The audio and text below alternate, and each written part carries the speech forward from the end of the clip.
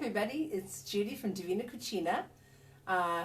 It's been a while since I've done a video. I've been kind of busy. I just got back from 10 days of touring in Sicily, which was really fun. Tag team with my girlfriend Susanna Trilling from Mexico and her clients. Today I'm going to use probably one of my favorite recipes out of the book, my book Secrets from My Tuscan Kitchen. This is a collection of recipes from when I started teaching in 1988. My first students were the kids from Syracuse University Study Abroad program.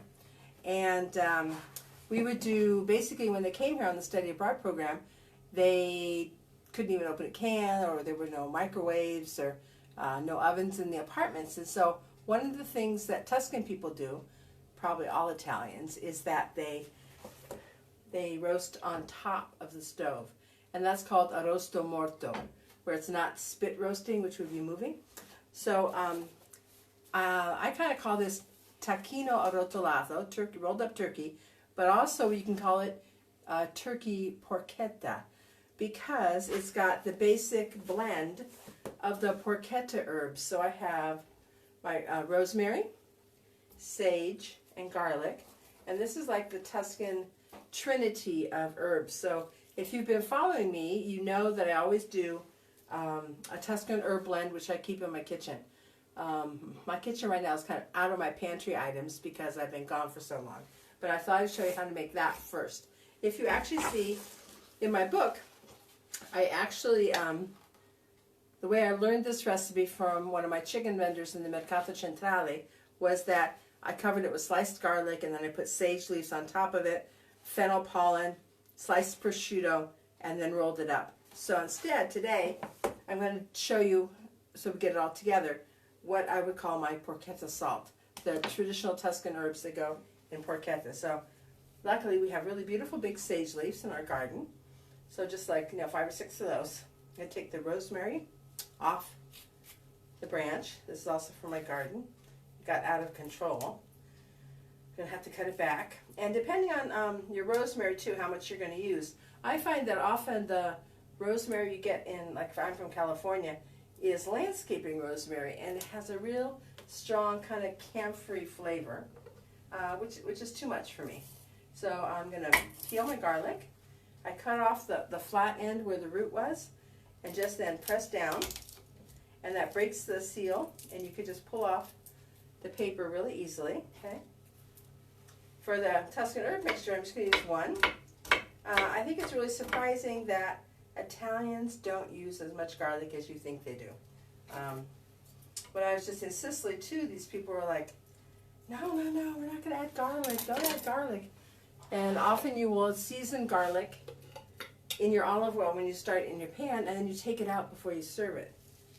Okay, so I'm just going to start with a couple pinches of salt, because I'm using this today fresh. If I was going to be preserving it, I would use more salt, which helps dry it. So this is my Italian mezzaluna, my Italian food processor. Okay, I'm going to rock and walk, and this minces it. So the salt helps absorb the essential oils that are in here. And if I wanted to, I could lay this out, dry it, and then just keep it in my kitchen. My girlfriend Erica, who has where I get all my vegetables from, she likes to keep it like in a Ziploc bag in the freezer, so she can use it like it was fresh all the time. And then also she doesn't use as much salt either. The Tuscans use a lot of salt in their cooking because we don't have salt in our bread. And there's no like added salt. When you eat fresh foods all the time, you don't really get a lot of added salt in your food. So we kind of need salt in our diet. Okay, so I'm just going to keep mincing this. It's almost done. Doesn't need to be a powder or anything. This can be kind of rustic.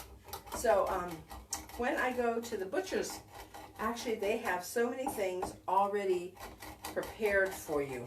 So when I first saw this recipe, I think I saw it on TV once, and they took the skin off a turkey thigh, boned out the turkey thigh, and filled the turkey thigh, rolled it back up, and then wrapped it in the skin, which is also a nice recipe if you're a smaller group.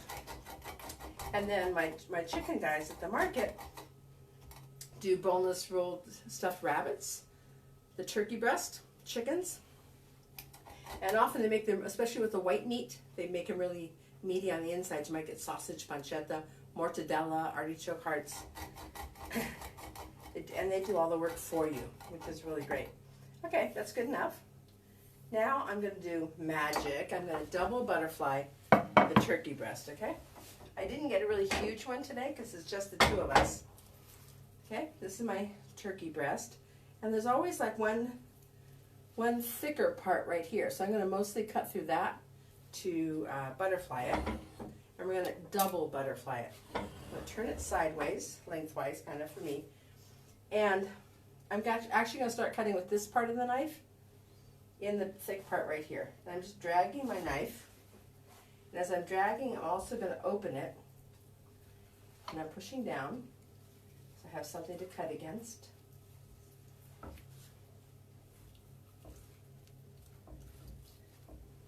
Okay. And I'm just dragging, dragging, dragging. And now I start using the tip of my knife. This down here needs a little more of that cutting to open that up. Okay. So this is my butterflied turkey breast. Cut in half. You'll see some of those little tendons there. That's fine. They're going to cook down. This little end piece right here. There. Okay. I had also posted on Facebook when I went to the market, I think it was last year or the year before, we had a family of 7. I went to the market, the butcher did this for us, which was really nice. Okay, now this is my really thick side right here. Here, I'll just hold this up. Kind of looks like a little stingray right now, okay? So now I'm going to cut from the center that way and from the center this way to make it all nice and flat and even. Okay, I'm going to move it. There's always one side that's going to be uglier, and that's the side I'm going to roll up to be on the inside first. Okay, that's that little piece right there. So this part is my thicker part. And same thing, I'm going to go with my knife and just slice. So I can open it up using the tip of my knife. Okay.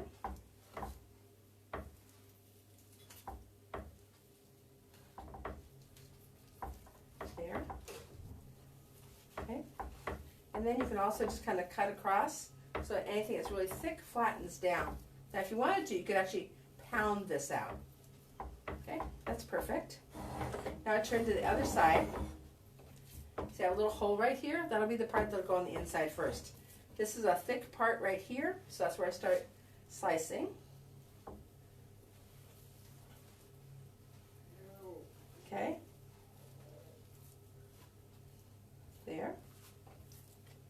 Oh, do you guys see my assistant? Can you see my little kitty cat down here? She's watching me. Maybe she's hoping something falls. Okay, so in the old days I would put sliced garlic and then whole sage leaves, but now instead I'm going to just do this beautiful Tuscan herb mixture. Even one of my butchers now in the Central Market, Massimo Minetti, has started selling this, which is really nice. Okay, so this is the beautiful, like you would do porchetta. Salt, rosemary, garlic. Let me just rinse off my hands for a second. Now I'll show you one of my secret ingredients.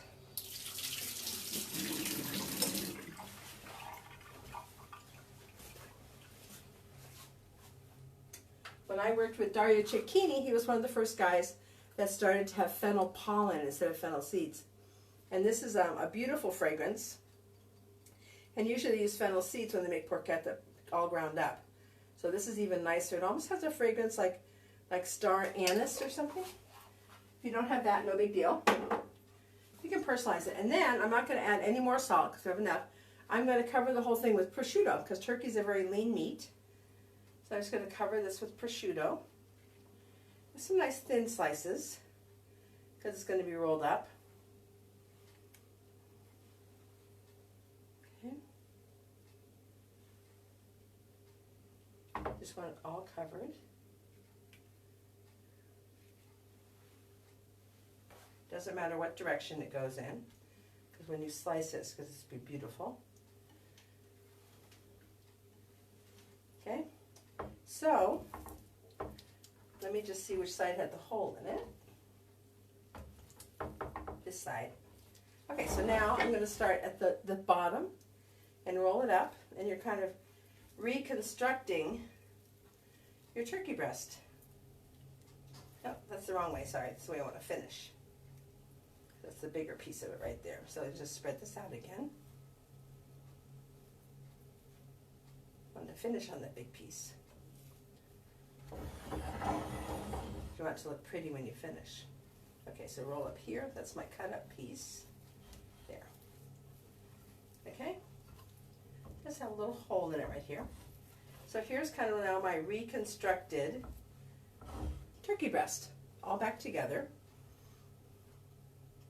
And if you wanted to, you could add a prosciutto or pancetta on top here for a little extra fat. If you saw, I just put on my website the pork tenderloin in the baguette recently. That's another great recipe. Okay, so we'll just do this. And then get out your kitchen string. Okay, cut off a nice big piece. And we're going to tie this up before we cook it.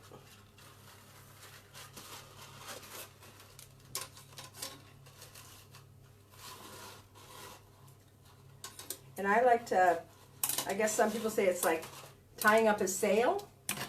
I'm going to make this now all wrapped around my hand so it doesn't get too out of control. And then you also like putting on a knitting needle. You do a little wrap around and then you tie it in a little knot, a slip knot. So then I have it that I can pull it. Okay? And then, like crocheting or knitting, I go around and come under and through, pull it and tighten. And I do this a few times.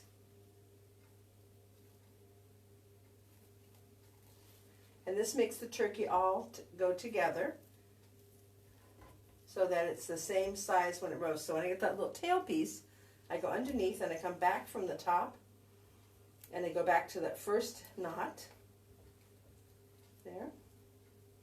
And now I'm going to tie it off into another knot right here. Do another one. That'll hold it all together. Okay. That's not too bad, is it? Now, this is called arrosto morto, when you're roasting on top of the stove. I'm putting in a couple of rosemary branches. Cover the bottom of the pot with olive oil. This is, again, a dry meat like turkey. Really kind of needs some fat in there. And then I'm going to put in a couple of garlic cloves, which I'll just peel and leave whole. They're really good to serve afterwards with the pan gravy that we're going to be having. So that's a good idea if you like garlic. You could put a lot in. I'm just going to do a couple. Just Andrea and I. This is something good to make too that I often save slices when I go away. I leave him Ziploc bags of food. Okay. Perfect. So, let me turn the gas on.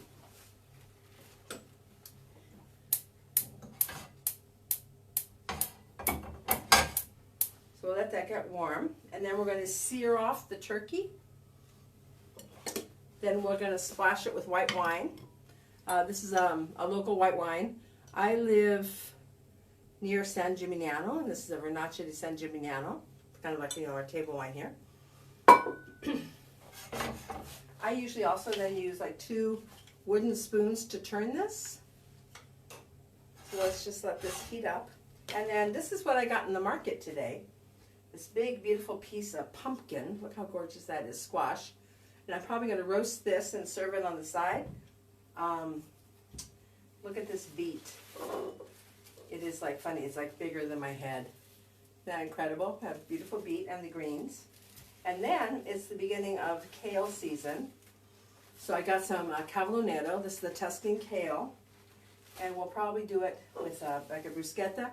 And I just got a bottle of new oil from my my vegetable lady, Erica's mom, Francesca. I haven't even tasted it yet.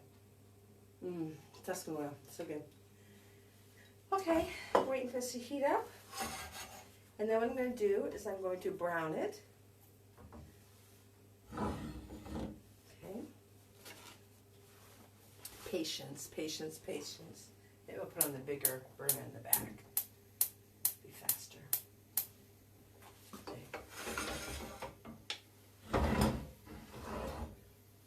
So then once I get it browned on all the different sides, I'm going to splash it with white wine. Then I'm going to cover it and cook for 45 minutes, and I'll turn it once or twice.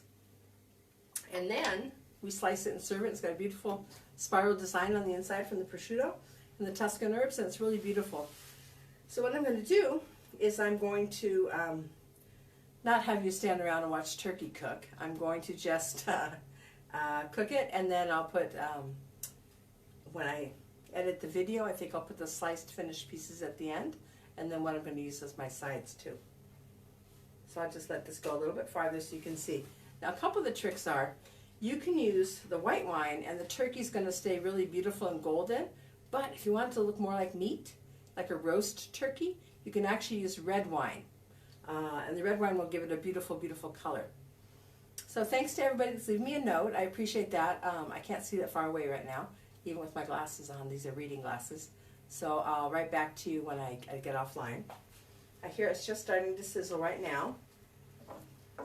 So this is going to make a beautiful herbal infused pan gravy. The garlic, the rosemary, the olive oil, the wine. I don't need to salt it again. So that's going to be really nice. The house smells great. So one of the things is here that electricity is very expensive. So we, like most of us, don't have dryers. You don't use your oven very often. You tend to go out. Yeah, thanks Denise. I just got tired of being gray, so I went lavender, kind of channeling my grandmother.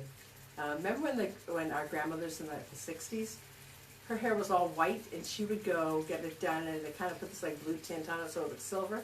And one day they went too far, and it turned kind of like blue or something. So I kind of felt like that was my grandmother. Okay. So I don't know if you can see, it's already turning white there. It smells so good. Really, is there anything better than garlic and rosemary?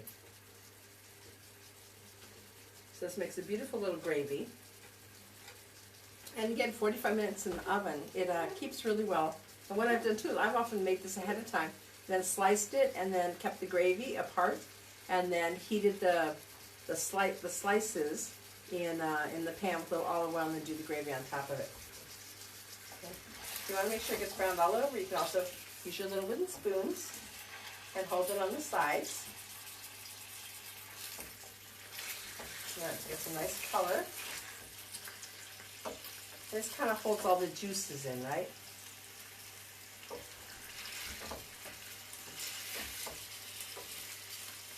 You guys go all out for Thanksgiving? I think Thanksgiving in America is kind of like Tuscan Christmas. Way too much food. First time I had Tuscan Christmas here, I threw up. It's way too much. I wasn't ready for it. The olive oil, the porcini mushrooms. This was too much for me.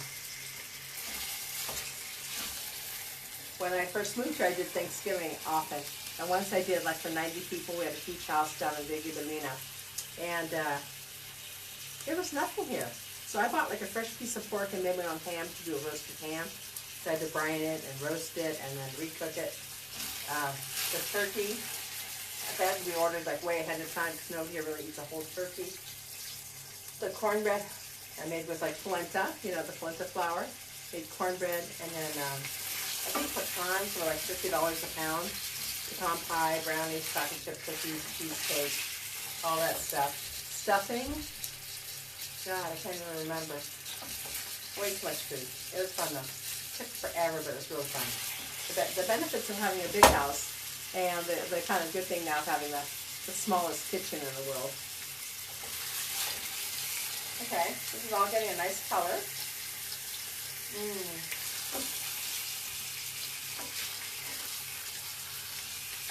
The rosemary is just really the best. So those Tuscan herbs are really beautiful on roast potatoes also. They're good on anything. Sauteed cherry tomatoes in the skillet. Okay, so I can see it's getting a little golden now.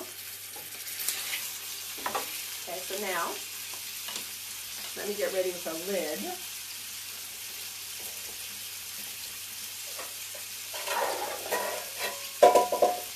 didn't get the actual lid for this out of the pantry right now, so I'll just use this one.